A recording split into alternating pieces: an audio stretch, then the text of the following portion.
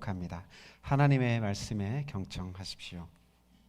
야곱이 길을 떠나서 가는데 하나님의 천사들이 야곱 앞에 나타났다. 야곱이 그들을 알아보고 이곳은 하나님의 진이구나 하면서 그곳 이름을 마하나임이라고 하였다. 야곱이 에돔벌 세일 땅에 사는 형 에서에게 자기보다 먼저 심부름꾼들을 보내면서 지시하였다. 너희는 나의 형님 에서에게 가서 이렇게 전하여라. 주인의 종 야곱이 이렇게 아뢰입니다. 저는 그동안 라반에게 몸붙여 살며 최근까지도 거기에 머물러 있었습니다. 저에게는 소와 나귀, 양떼와 염소떼, 남종과 여종이 있습니다. 형님께 이렇게 소식을 전하여 드립니다. 형님께서 저를 너그럽게 보아 주십시오. 심부름꾼들이 에서에게 갔다가 야곱에게 돌아와서 말하였다. 주인 어른의 형님인 에서 어른께 다녀왔습니다. 그분은 지금 부하 400명을 거느리고 주인 어른을 치려고 이리로 오고 있습니다. 야곱은 너무나 두렵고 걱정이 되어서 자기 일행과 양떼와 소떼와 낙타떼를 2패로 나누었다. 에서가 와서 한 패를 치면 나머지 한 패라도 피하게 하겠다는 속셈이었다. 야곱은 기도를 드렸다.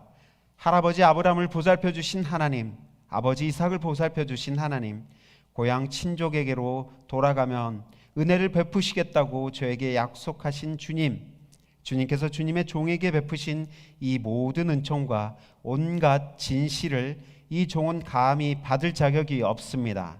제게 이 요단강을 건널 때에 가진 것이라고는 지팡이 하나뿐이었습니다만 이제 저는 이처럼 2무리나 이루었습니다. 부디 제 형의 손에서 예서의 손에서 저를 건져 주십시오. 형이 와서 저를 치고 아내들과 자식들까지 죽일까 두렵습니다. 주님께서 말씀하시기를 내가 반드시 너에게 은혜를 베풀어서 너의 씨가 바다의 모래처럼 셀 수도 없이 많아지게 하겠다 하시지 않으셨습니까? 이것은 우리 주님의 말씀입니다. 아멘. 좋으신 우리 주님의 은총과 평강이 교우 여러분들과 함께하길 빕니다. 우리 옆에 분들에게 평화의 인사를 나눕시다. 주님의 평강이 함께하길 빕니다 라고 앞뒤 분들에게 나누셨으면 좋겠습니다. 아멘. 주님의 평안이 여러분 모두에게 이 시간 여러분들을 감싸기를 축복합니다. 창세기 이야기의 주요 내용은 하나님이 자신의 창조한 인류, 그러니까 모든 민족을 구원하기 위해 한 개인 그리고 그의 가족을 선택하셨다라는 이야기입니다. 그것을 달리 말하면 개인의 삶이 세계와 보편적인 인류의 구원의 계획과 하나님 나라를 위해 쓰임받고 선택받는 이야기입니다. 그러니까 하나님께 선택받은 사람이 하나님의 인류 구원을 위한 계획에 쓰임받는다는 거죠. 이것이 우리에게 시사하는 바가 매우 크죠. 아주 매우 소박한 인생, 매우 작고 평범한 인생일지라도 하나님의 선택을 받은 자를 통하여서 하나님의 그 크신 구원에 동참할 수 있는 이야기, 그게 바로 우리들을 향한 이야기입니다.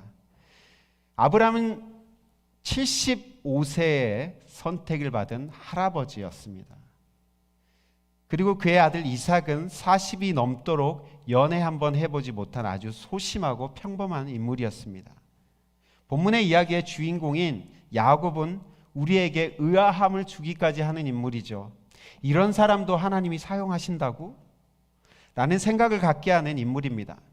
이 야곱도 그의 할아버지나 아버지와 별반 다를 바 없는 평범한 인물이었죠. 야곱은 매우 소시민적이고 가정적이면서 또한 자기 중심적이고 출세지향적인 인생관을 가지고 사는 사람이었습니다. 창세기의 많은 본문은 바로 자기 중심적인 인물인 이 야곱이 어떻게 하나님께 쓰임을 받고 하나님의 사람으로 변화되어 가는지에 대해서 많은 분량을 차지하며 설명해 주고 있습니다. 그는 수단과 방법을 가리지 않고 축복을 받고자 몸부림쳤던 젊은 시절을 보낸 사람이었죠. 형을 속여 장자의 축복을 받고자 몸부림치며 그것을 빼앗았던 기회주의자였습니다. 한마디로 하나님의 사람, 하나님의 선택을 받기에 조금은 자격이 미달되는 사람이었습니다. 그럼에도 그는 하나님의 선택을 받았습니다. 야곱의 바단 아람의 삶을 우리가 정리하면서 그는 어려움과 시련을 겪으면서 조금씩 하나님을 의지하는 법을 배워가기 시작했다라고 말씀드렸습니다. 자신의 그동안의 삶을 반성하고 성찰하는 시기가 바로 이 라반 밑에서의 바단 아람의 시기였습니다. 그가 의도해서가 아니라 바단 아람에서 새롭게 맺어진 여러 인간 관계들을 통해서 자신을 성찰해 보고 비추어 볼 수 있었다는 거죠. 무감어수 감어인이라는 말이 있습니다. 네, 이런 말은 좀 앞에 슬라이드를 보면서 설명을 드려야 되는데요. 이 감이란 말은요, 비추다, 미러, 그러니까 거울이란 뜻을 가지고 있는 한자입니다. 앞에 쇠 금자가 붙어 있고 뒤에 이 살필 감자가 있죠. 이 감과 함께 어자는 with by라는 뜻을 가지고 있는 말이죠. 물로 자신을 비추지 말고 사람으로 너를 비춰라 라는 그런 뜻을 가진 말입니다. 옛날에는 거울이 참 귀했잖아요. 그래서 거울 대신에 물 속에 자신을 비추면서 자신을 가꿨습니다. 그런데 왜 물로 자신을 비추지 말라고 하는 것입니까? 거울에 비치는 모습은 자신의 외모일 뿐입니다. 자신의 진짜 모습을 그리고 자신의 진짜 인간적인 품성을 알기 위해서는 다른 사람을 통해서 자신을 비춰봐야 한다는 것이죠. 야곱이 바로 그러했다는 거죠. 야곱은 자기의 아내들 그리고 자신의 직장 상사인 삼촌 라반을 통해 자신이 고향에서 형과 경쟁했던 자기의 모습을 발견했습니다. 속임수에 능한 사기꾼인 라반과의 관계를 통해 자기 때문에 고통을 겪었을 형의 마음을 헤아리기 시작했죠. 고향에 돌아간다는 것은 형과의 재회를 의미하는 것이었고 형과의 재회를 위해서는 반드시 형과 화해해야 했습니다. 관계 회복이 있어야 했던 것이죠. 야곱은 지금 두려움에 쌓여 있습니다. 형과 관계 회복을 위해서는 반드시 형을 직면해야 되고 컨프런테이션이 필요한 것이죠. 고향으로 돌아가는 길이 즐거워야 하는데 가시밭길일 수밖에 없는 이유가 여기에 있습니다. 야곱이 본격적으로 고향 앞으로 돌아가는 길에 오르자 놀라운 사건이 한 가지 발생합니다. 바로 하나님의 천사들이 야곱 앞에 나타난 것입니다. 천사를 나타내는 히브리 말은 말라흐라는 말인데요. 복수형으로 말라힘이 본문에는 쓰이고 있습니다. 여러분 히브리 말에서 임이 붙으면요 많은 말들이 복수 형태예요. 엘로힘이라는 하나님을 나타내는 이 말도 복수형이고 어쨌든 임이 붙으면 복수형인데 말라크의 복수형이 말라힘인데 천사들 복수 형태의 천사들이 지금 야곱 앞에 나타났다라고 얘기하고 있습니다. 이 말라크는 원래 심부름꾼 메신저라는 뜻을 가진 말입니다. 이 천사들을 보고 야곱이 한 말을 보십시오. 이곳은 하나님의 진이로구나. 진이라는 이 군대의 캠프를 의미하죠. 진. 근데 히브리 말로는 마하네라는 단어인데요. 이 마하네라는 단어에도 동일하게 복수형, 플루럴 형태가 쓰이고 있죠. 마하나임이 바로 그 형태입니다. 그러니까 지금 두 개의 캠프, two camps를 지금 야곱이 보고 있다라고 자신의 입으로 얘기하고 있죠.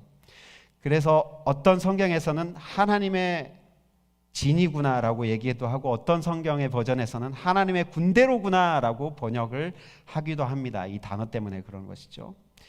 야곱의 본 것은 바로 하나님의 군대, 하나님의 진영이었습니다. 그러니까 하나님의 그 군대 앞에 서 있는 하나님의 천사들을 지금 야곱이 마주하고 있는 것입니다. 그래서 야곱은 그가 본 대로 그곳의 이름을 마하나임이라고 two camps라고 이름을 짓습니다. 야곱이 귀향길을 하나님의 군대가 보호하고 안내해 주겠다라는 것을 우리가 이 본문을 통해서 알고 있죠. 그의 귀향이 의미 있다는 것을 하나님이 지지해 주고 있는 것입니다. 하나님의 인도하심과 보호하심이 그 천사들을 통해 지금 표현되고 있는 것입니다. 이러한 엄청난 하늘의 지원군을 눈앞에 보고 마주하는데도 야곱의 불안감이 가시지 않고 있습니다. 그러자 야곱은 나름의 해결책을 실행에 옮깁니다. 야곱은 심부름꾼들을 선별합니다. 여기에 쓰인 심부름꾼들이라는 단어가 바로 아까 천사라는 말에 쓰인 말라킴입니다. 하늘의 메신저들을 대면하고 나서 자신의 메신저들을 지금 형에게 보내고 있습니다. 이 메신저들을 미리 형님 에서에게 사절단으로 보냈는데 그들이 가지고 온 소식은 매우 슬픈 소식이었습니다. 비보였죠. 형이 400명의 부하를 거느리고 그에게 오고 있다는 소식이었습니다. 그가 그 땅의 이름을 두 캠프란 뜻인 마하나임으로 지은 것처럼 이제 에서 진영과 야곱의 진영으로 두 진영이 만들어질 판입니다. 7절 말씀은 야곱의 감정을 적나라하게 표현하고 있죠. 야곱이 너무나 두렵고 걱정이 되었다라고 말해주고 있습니다. 그리고 야곱은 자기 진영을 두 패로 나눕니다. 여기에 쓰인 패라는 단어가 바로 아까 군대라는 뜻의 마하네입니다. 두 패로 나누었다는 것. 두 패가 아까 뭐였습니까? 마하나임이었죠. 마하나임을 플루럴 형태인 마하나임으로 지금 만들고 있는 것입니다. 그러니까 본문에서 계속 워드 플레이를 해가면서 이것을 설명해가고 있어요. 중요한 것은 야곱이 자신의 무리를 마하나임으로 만들었는데도 불구하고 그의 마음속의 불안함과 두려움이 사라지지 않았다는 것이죠. 9절부터 12절은 야곱의 솔직한 기도가 하나님께 드려지고 있는 내용입니다. 지금 형 에서가 400명의 장정을 이끌고 그의 심장부를 향해 돌진해오고 있습니다. 이러한 절체절명의 상황에서 야곱의 기도는 그의 감정과 심리적인 상황을 적나라하게 우리에게 묘사해주고 있습니다. 왜 성경은 이러한 야곱의 심리를 분석하며 이렇게 디테일하게 묘사하고 있는 것일까요? 왜 야곱은 20년 만에 만나는 형과의 죄를 극도의 두려움으로 맞이해야 하는 것일까요? 두려움의 원인인 예서의 존재 자체일까요? 아니면 다른 것 때문일까요? 이 두려움은 야곱의 죄책감에서 시작된 것으로 보입니다. 야곱은 죄책감을 느끼고 있습니다. 형에게 저지른 용서받지 못할 그 죄가 지금 그를 압박하고 있는 것입니다. 죄책감 안에 깃든 형벌에 대한 공포심이 야곱의 온 존재를 망가뜨리고 있습니다. 그러니까 야곱을 두렵게 한 원인은 예서 자체가 아니라 자신이 예서에게 행한 죄와 허물, 그리고 그것이 초래할 보복과 심판이었던 것을 우리가 알 수 있죠. 성경이 야곱의 기도를 통해 그의 심리 상태를 이렇게 디테일하게 표현하고 있는 이유는 야곱이 자신의 지난 삶에 대해 도덕적이고 신앙적인 회항과 회개의 감정을 표현하고 있는 것을 우리에게 알려주기 위해서입니다. 야곱은 자신의 잘못을 깊이 반성하고 회개하면서도 하나님을 붙들고 늘어지고 있습니다. 에서의 손에서 저를 건져 주십시오. 하나님께서 내가 반드시 너에게 은혜를 베풀어서 너의 씨가 바다의 모래처럼 셀 수 없이 많아지겠다고 하지 않으셨습니까? 12절의 말씀처럼 지금 기도하고 있습니다. 그의 기도는 하나님의 약속을 언급하며 하나님을 압박하고 있습니다. 에서의 무리가 그를 압박해 올수록 야곱 또한 하나님을 압박하면서 기도하고 있는 것이죠.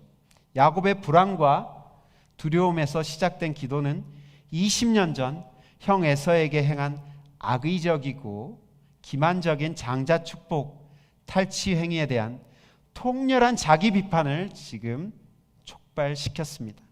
이 부분에 와서야 창세기 저자는 야곱의 장자 축복 도난 사건에 대한 미뤄왔던 평가를 뒤늦게 하고 있습니다. 무슨 말입니까? 야곱이 잘못했다는 거죠. 야곱이 자책하는 모습을 그리고 있습니다. 부각시키면서 그가 잘못했던 자기 과거와 만나고 회개하고 반성하고 있는 모습을 말해주고 있는 것입니다. 20년이 지났어도 잘못은 잘못이고 그 잘못에 합당한 회개와 열매가 있어야 된다는 것입니다. 보면 계속해서 반복되는 언어 유희를 통해 두 진영을 강조하고 있습니다. 야곱에게는 하나님의 변함없는 약속이 있는 동시에 두려움과 염려가 지금 함께 믹스되어 공존하고 있습니다. 마하나임이라는 지명, 투 캠프스라고 그랬죠. 이 마하나임이라는 지명을 통해 야곱은 그가 전쟁의 한가운데 놓여 있음을 인식합니다. 그런 두려움 속에서 기도할 때야 그가 놓인 전쟁의 본질이 바로 자기의 마음 속에서 일어나고 있는 것이라는 것을 인식하게 됩니다. 하나님의 약속과 두려운 현실 사이에 양갈래로 갈라진 그의 마음을 야곱은 보았습니다. 하나님의 은총과 진실의 끈을 붙들지 않으면 빠져나올 수 없는 이 죄책감의 함정을 발견한 것이죠. 그는 기도를 통해 형 에서의 보복이 정당한 것임을 인정하고 있습니다. 이 모든 것이 자기 자신의 죄로 말미암아 초래된 것임을 인정하고 받아들이고 있는 것이죠. 10절 말씀이 그것을 잘 이야기해 주고 있습니다. 주님께서 주님의 종에게 베푸신 이 모든 은총과 온갖 진실을 이 종은 감히 받을 자격이 없습니다. 무슨 말입니까? 받을 자격이 없는 자에게 주신 은혜를 강구하고 있는 야곱입니다. 죄와 치열하게 싸우면서도 하나님의 은혜를 붙들며 발버둥 치고 있는 야곱의 지금 이 마음이 곧 그의 전쟁터였던 것입니다. 죄인으로서 우리의 인간들이 느끼는 불안의 근원은 바로 관계의 파괴에 있습니다. 관계가 파괴될 때 우리의 마음은 근본적으로 불안해하며 두려워하기 시작한다는 겁니다.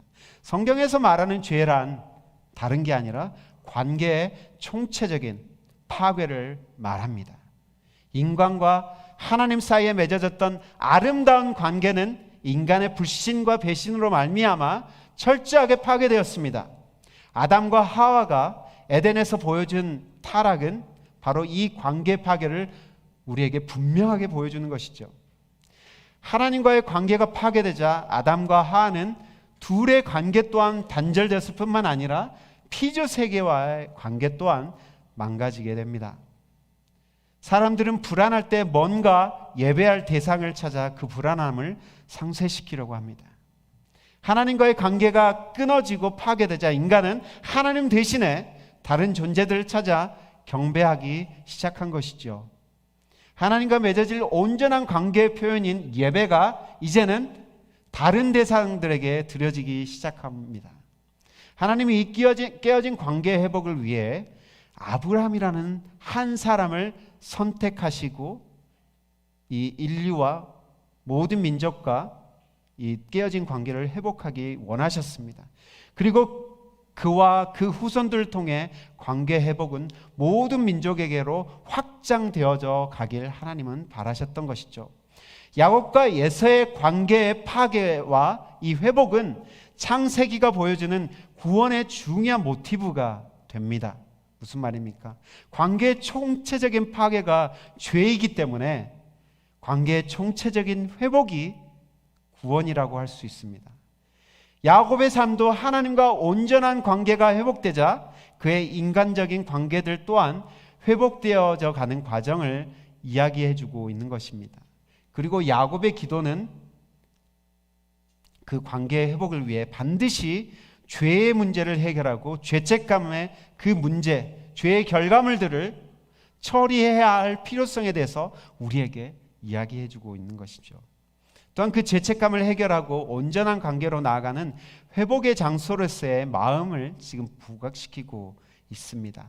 마음은 바로 죄와 싸우는 것이고 온전히 하나님을 예배하기 위해 씨름하는 전쟁터로 묘사되고 있는 것입니다. 하나님은 인간을 로봇으로 만들지 않으셨다고 여러분 많이 들어보셨죠? 하나님은 인간에게 자유의지를 주셨습니다. 우리가 마음대로 자유의지를 통해서 우리는 우리의 마음대로 선택할 수 있습니다. 그 자유의지로 발생한 신실함과 반역 사이의 이 충돌이 바로 우리의 마음 속에서 일어나고 있고, 그래서 우리의 마음은 전쟁터라고 할 수 있는 것입니다. 마음이야말로 두 진영의 싸움이 일어나는 마하나임인 것이죠. 야곱은 자신과 형과의 관계의 파괴가 자신의 죄로 말미암아 일어난 것이라는 것을 깨닫고 있습니다.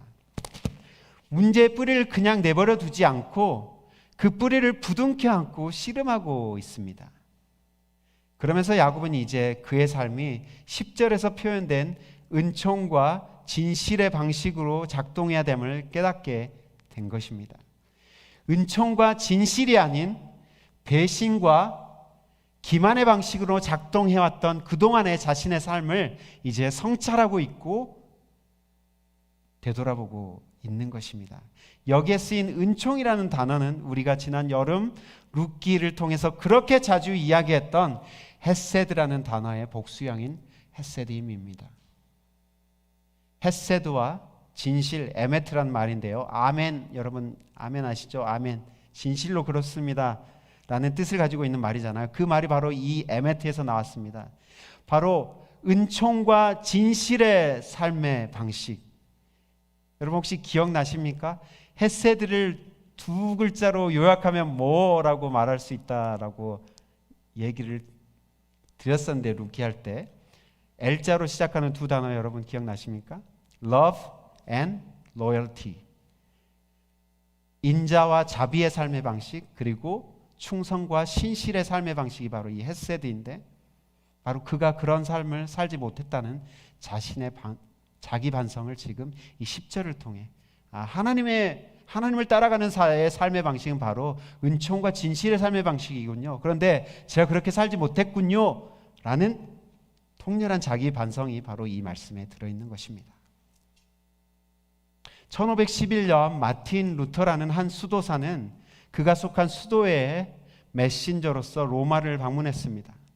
그는 성당이라는 이 성당에 이 빌라도 계단이라는 계단이 있었다고 합니다. 28개로 이루어진 이 계단인데 지금도 이태리 로마에 가면 이 성당이 있다고 하죠. 근데 사람들은 그곳을 무릎으로 올라가면서 자신의 죄를 이렇게 고행을 통해서 회개하고 해결하고자 한다고 합니다. 당시에도 루터는 사람들을 따라서 그렇게 무릎으로 계단을 올라가고 있는데 한순간에 로마서 1장 17절 말씀이 그의 뇌리에 꽂혔다고 합니다. 무슨 말씀입니까? 오직 나의 의는 믿음으로 말미암아 살리라. 이 말씀이 그의 마음에 떠오르면서 그의 마음이 뜨거워지고 그는 무릎으로 올라가던 그것을 내려놓고 두 발로 그 계단을 내려왔다라고 하지요.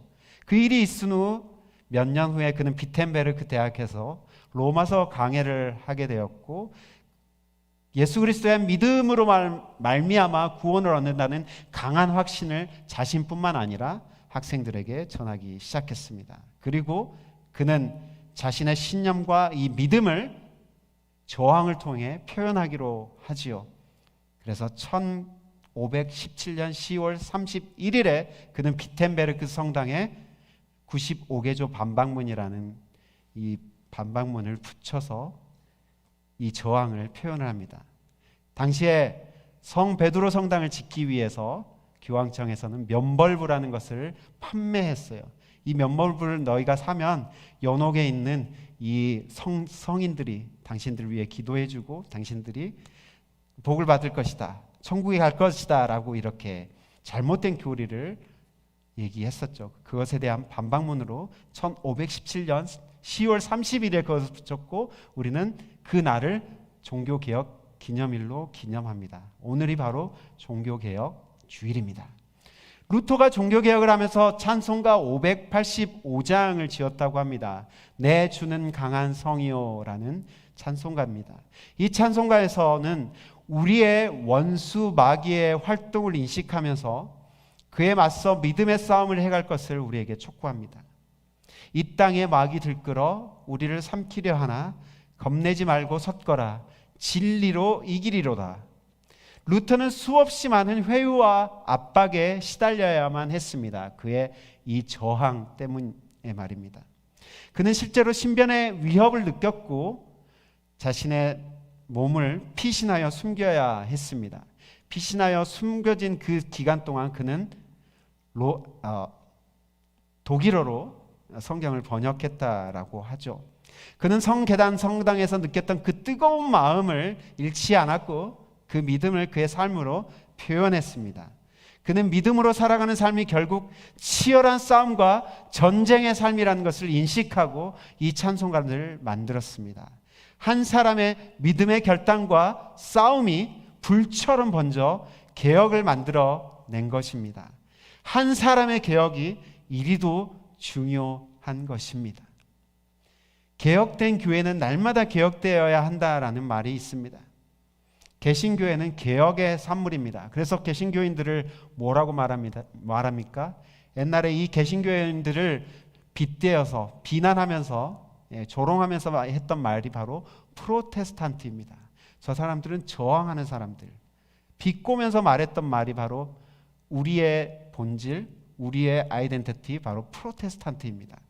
개혁된 교회, 개혁된 자들은 날마다 개혁되어야 합니다. 개혁이란 이 한자 말이 고칠 개의 가죽혁자 아니겠습니까?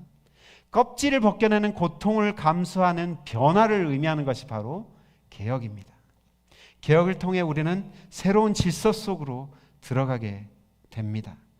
마귀와 그의 하수인들로 이루어진 이 땅의 통치자들에 맞서서 우리는 하나님의 통치를 이 땅에 이루어드리는 전사들로 부름을 받았습니다. 그리고 그 싸움은 날마다 우리의 삶의 현장 속에서 그리고 우리의 마음 속에서 일어나고 있습니다. 은총과 진실한 삶을 선택할 것인가 아니면 타협하며 살 것인가, 그 치열한 싸움 속에 우리는 놓여 있는 것입니다. 우리는 전통을 은총보다 더 높은 위치에 놓을 때가 많이 있습니다. 그것은 교회의 전통에 어긋나는 거 아닙니까? 제가 어렸을 때부터 익숙해왔던 것과 좀 다른데요? 라는 이런 말들을 우리가 하죠. 루터가 했던 것이 바로 그 당시에 이런 평가였을 겁니다. 주님의 은총을 표현할 수 없는 전통과 조직은 뜯어 고쳐야 할 개혁의 대상일 뿐입니다.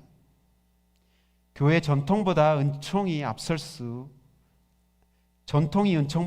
없는 거죠. 제가 반대로 얘기했네요. 어떤 것이 전통과 관습에 맞느냐를 따지기 전에 그것이 하나님의 은총과 진실함을 표현할 수 있는 것인가, 하나님의 은총과 진실함을 담아낼 수 있는 것인가를 우리가 먼저 생각해야 합니다. 참과 거짓 사이에서 선택하며 살아가는 성도 여러분, 진리를 따라갈 때 비록 어려움이 닥칠지라도 오늘 찬송가의 가사처럼 그 길을 여러분 포기하지 마십시오. 날마다 우리 마음속에 일어나는 신실함을 따를 것인가 아니면 반역을 따를 것인가, 그 싸움에서 늘 승리하는 여러분 되시기를 축복합니다. 여러분 한 사람의 승리는 곧 하나님 나라의 큰 승리라는 것을 잊지 마십시오. 함께 기도하겠습니다. 살아계신 하나님, 우리가 놓인 현실이 하나님의 나라와 그 나라를 대적하는 적들의 싸움터, 전쟁터인 것을 우리가 인식하며 살 수 있도록 도와주옵소서. 또한 우리의 삶이 그 치열한 전쟁터 가운데 다듬어지고 또한 거룩해지는 아름다운 성화의 여정인 것을 잊지 않게 도와주옵소서. 그래서 날마다 우리의 마음속에서 일어나는 그 전쟁에서 승리하게 하시고 진리를 따라가는 것을 선택하는 우리의 삶이 되게 도와주옵소서. 예수 그리스도의 이름으로 기도합니다. 아멘.